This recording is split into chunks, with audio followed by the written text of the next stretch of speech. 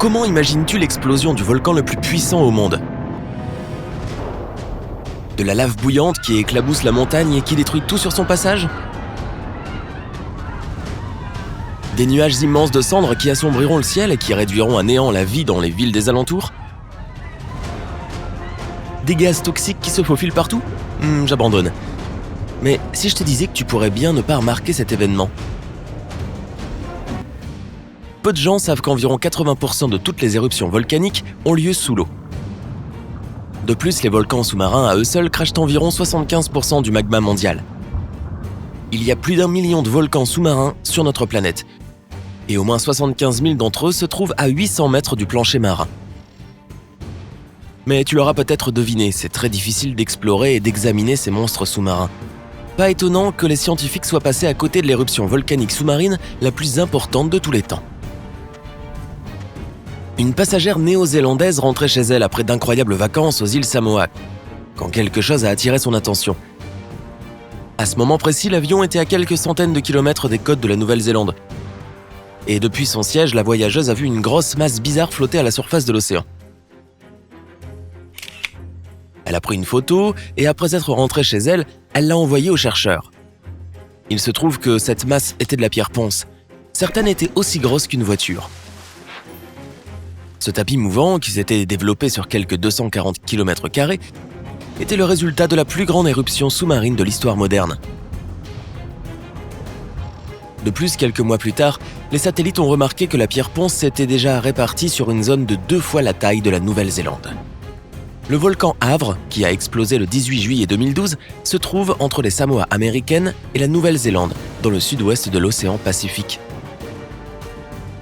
3 ans après l'éruption, les scientifiques ont exploré 2 volcans sous-marins autonomes. À cette époque, ils savaient déjà qu'il y aurait une explosion massive, comparable aux plus grandes éruptions terrestres du XXe siècle.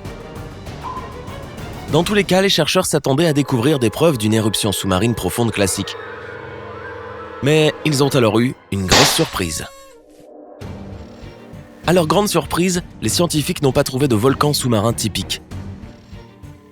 Mais leur découverte a été bien plus inattendue.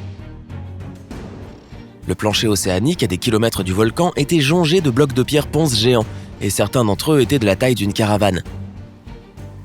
Les scientifiques ont admis plus tard qu'ils n'avaient jamais vu une chose pareille. Au début, ceux qui étaient à l'intérieur des sous-marins pensaient même que quelque chose n'allait pas dans leurs systèmes électroniques. Faisons une petite parenthèse. Je fais ça parfois. Il se trouve que les volcans sous-marins sont généralement de gentils géants qui ne nous embêtent pas trop. Quand ils entrent en éruption, cela peut facilement ne pas se voir à cause de leur localisation lointaine. Toute la fête a lieu sous l'eau. Et le moment venu, la pression fait exploser le haut du volcan. Le magma est propulsé très haut avec une force incroyable. La quantité de magma chaud est tellement grande que cela fait bouillir des millions de litres d'eau en quelques minutes. Par conséquent, la région autour de l'éruption se transforme en chaudron d'eau qui se dirige ensuite vers la surface. Si tu étais quelque part par là à ce moment-là, tu verrais l'océan commencer à bouillir furieusement et tu sentirais une odeur désagréable de soufre. Waouh! Le nuage mortel d'eau bouillante détruirait toutes les plantes et les animaux marins des alentours. Et plus tard, ces restes monteraient à la surface pour ajouter du mystère aux bulles et aux odeurs. Mais il se trouve que l'éruption du volcan du Havre était plutôt exceptionnelle. La caldeira, qui est le gros cratère qui apparaît après des éruptions massives, a recouvert environ 5 km.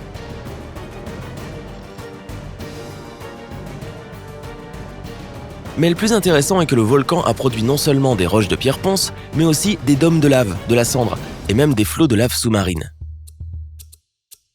Tu te rappelles qu'en 2010, l'éruption du volcan Eyjafjallajökull en Islande avait causé des problèmes aériens qui avaient duré 6 jours ? Attends.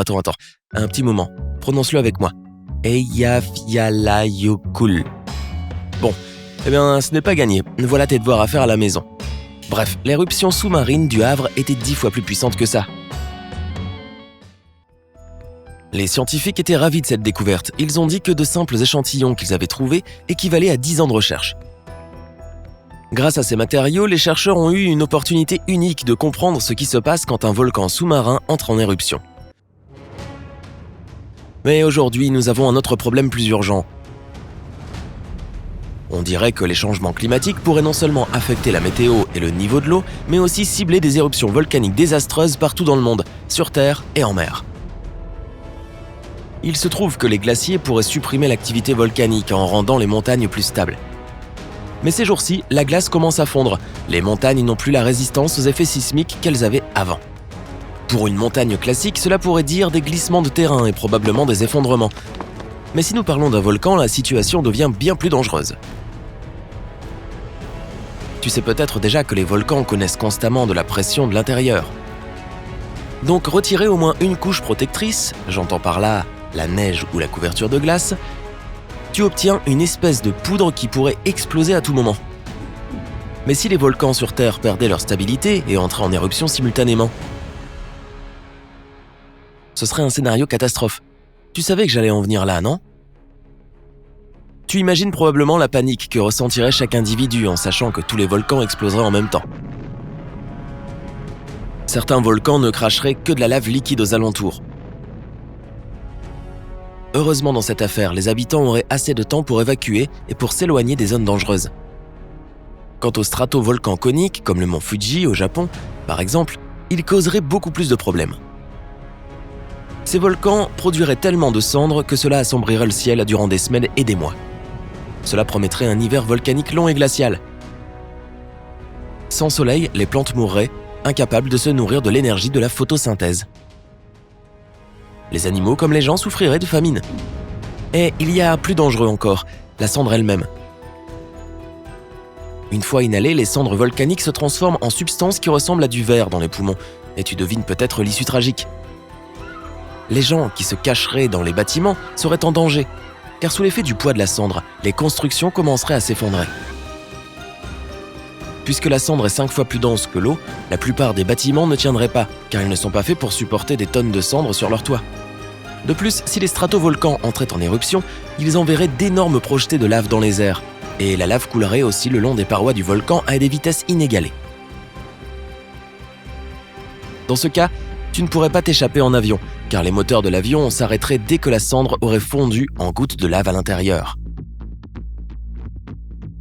Mais même cela ne serait pas les pires conséquences de ce terrible phénomène hypothétique. Oui, j'aime bien aller au fond des choses. À la fin de l'éruption, le monde serait plongé dans un hiver volcanique et le simple concept des saisons deviendrait obsolète. D'énormes réservoirs instables de carbone dans les océans deviendraient liquides et se transformeraient en méthane et en dioxyde de carbone à cause des microbes. Ces deux gaz à effet de serre se répandraient dans l'atmosphère et accéléreraient dramatiquement le réchauffement climatique. Cela créerait un cercle vicieux sans fin. Un climat plus chaud ferait entrer plus de gaz dans l'atmosphère, ce qui à son tour réchaufferait encore plus le climat.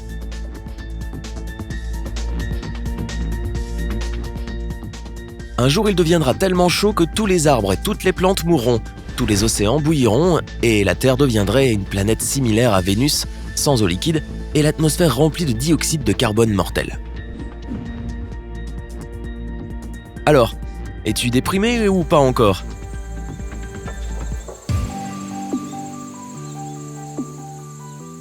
Pas de panique, heureusement ce scénario a peu de chances de se produire, et nous ne pouvons que faire des théories du type « et si ?»